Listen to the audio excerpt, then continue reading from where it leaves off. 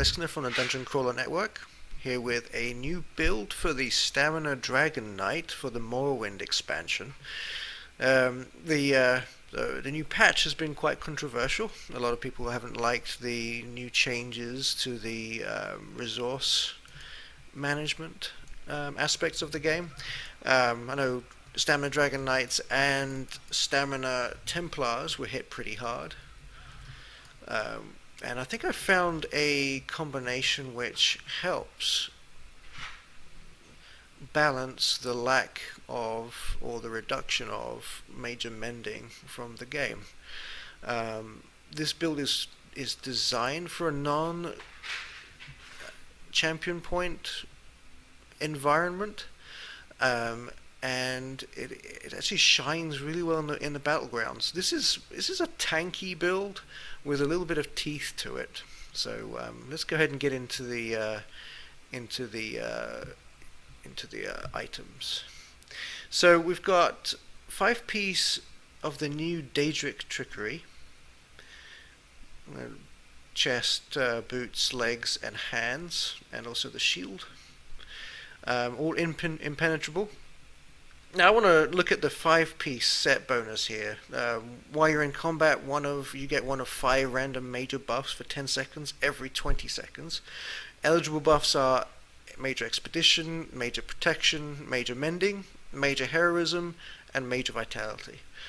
As a Dragon Knight, I get to use all of those and take advantage of them.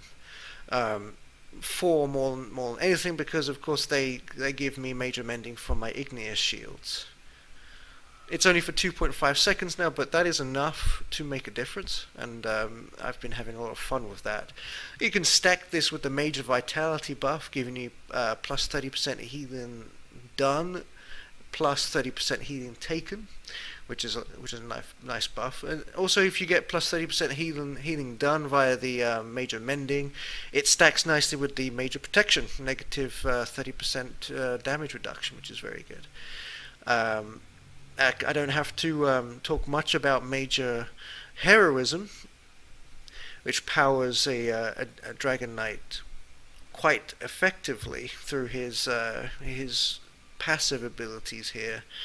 That provide resources for when he uses an ultimate. And for this build, being tanky as it is, helps me bring up my spell wall more quickly. Of course, Major Expedition is a wonderful addition to the Dragon Knight toolset. One of the caveats to being a heavy, tanky Dragon Knight is lack of mobility, which it shores up quite nicely. And finally, Major Mending. I mean, you can't really stack Major Mending with the one we already have, but it's nice to have it for 10 seconds. The second piece armor set that I'm running with it is the Blessed Meridia set. Nicely buffed since the patch, adding 2,578 physical and spell resistance, which is nice. Actually puts my character up to 28k spell and 25k physical resistance, keeping me nice and tanky. And the 5-piece of this Blessed is actually underrated, and I've been enjoying using it quite a bit. When you block an attack, you have a 33% chance to blind the attacker, causing them to miss all of their attacks for 5 seconds. This effect can occur once every 10 seconds. So the important part here is the fact that they're blinded. They're not blinded against you, they're blinded, period. So in a battleground setting, you're removing them from the theater of combat almost for 5 seconds, which can make or break an encounter. It also gives your bonuses from the Daedric Trickery set extra strength there, and it lets you take advantage of them a lot easier for 5 seconds. And it also helps generate your ultimate as well. And the Meridia set sits in the belt, rings, and necklace slots, and also the weapon slots. That's what I'm using. So it's active on my sword and shield bar, as well as my two-handed bar, with the Daedric Trickery running on just the sword and shield bar. The second set that the third set I'm using is the Tremorscale, which is also an incredible tool set for Dragon Knights in that it snares half the time when you use a taunting ability, which is a 70% snare for 4 seconds. It got nerfed in the Morrowind patch, but still you can keep it up on a single target or a group of targets if they're silly enough to stay grouped together. It also adds a little bit of bite, doing about 6.6k damage every 4 seconds. So it's what, 3k before resistances. It's not a whole lot, but it's nice. It adds a little bit more oomph to my attacks, considering I'm running 2 defensive sets with this. You can use poisons in the battlegrounds or in Cyrodiil. I like to use the Drain Stamina one. I'm sure a lot of others are effective. I like the Drain Stamina one mainly for the restoring the 238 stamina per second. But the increased cost of 30% to your enemy is also quite nice. On the two-hander, I just stick with the regular disease enchantment because when I'm charging in, I kind of want to do a little bit of extra burst with it. So that's what I'm staying with right there. With this setup, I'm running at 3000 critical resistance. This is with CP on, so just take off 1000 there, I suppose. 30k stamina, 26k max health, and 14k magicka.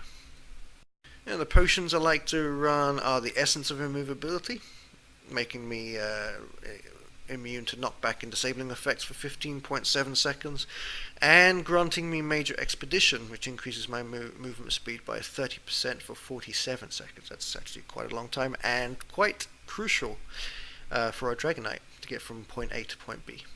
And it also restores 7k stamina, increases my stamina recovery quite nicely. Now, as far as skills go, I like to stick with my Resolving Vigor, even though through the nerfs it's still a useful heal. Pierce Armor, this is on my front bar. 5k damage and reduces their armor and spell resistance, which is pretty good. Also procs the Tremorscale. Igneous Shield, I don't care about the shield really, it's usually gone in seconds. The Major Mending for 3 seconds though is nice, and that's what I use it for. And it also regenerates a little bit of my stamina, which was also nerfed in the Morrowind patch, but it still helps. I'm still going to use it. Dragonfire Scale, that's it's almost a must right now with the current magicka epidemic that there is in PvP right now. It tells people to bugger off. Stop casting at me. Stop casting at me. I'm only stamina. This is also almost required. I was using defensive stance, which means I could keep it up for 30 seconds and it would reflect the first spell cast at me. But that precious stamina in the current setup, in the current patch, is much more precious than magicka. So I went with Dragonfire Scale. Reverberating Bash, very important. Using it in conjunction with the Tremorscale to lock down opponents. Spell Wall, the go-to ultimate for this build. Keeping this up to reflect those spells in PvP is a must. You could probably classify it as an offensive ultimate too, because if you're reflecting spells back at your enemy, take down their shields and whatnot. Very important there. On the back bar, Critical Rush, just to get the extra burst and my gap closer. Venomous Claw, drop a dot ahead, probably one of the most powerful dots in the game. Molten Armaments with the buffs to heavy attack. My playstyle is heavily heavy attack, pardon the pun. Adding 40% damage to that is probably a smart thing to do. Executioner, just for finishing off opponents. And Rally for the heal, mostly, and the Major Brutality, which isn't as important in this build. But the heal over time is very important. Take Flight, very good ultimate, very cheap, does a decent amount of damage, and is also my second gap closer. Use it for closing on flag carriers and getting out of trouble. Now, as for the Mundus, I'm staying with the Shadow. My crit is only 22%, but The 12% critical damage is of good value here. You might want to go with Serpent to get a little bit more sustain. But as a full heavy Dragonknight, it's not as important if you manage your heavy attacks appropriately. As far as the food goes, I prefer the tri-stat foods, just so that I can have a little bit more magicka in my repertoire. I usually go with you can either go with braised rabbit for the max stam and max health, but longfin pasty with melon sauce is quite delicious, and it actually gives you the 4k to 3 stats, which is I believe is the best way to go for this build. Well, I hope you enjoy running this build. I've got a couple of PvP videos coming up which detail how this build is played. You can play it in a couple of different ways. You can go in there with Reckless Abandon and then shield up, or you can play it a little bit more tactically and support your support groups by peeling, or with the Reverberating Bash, or with Tremorscale. You can also run in a tank train or a magic train, debuffing and snaring your targets, so that it makes them easier to be taken down by the rest of your team. And for catching up with flag carriers and snaring them down.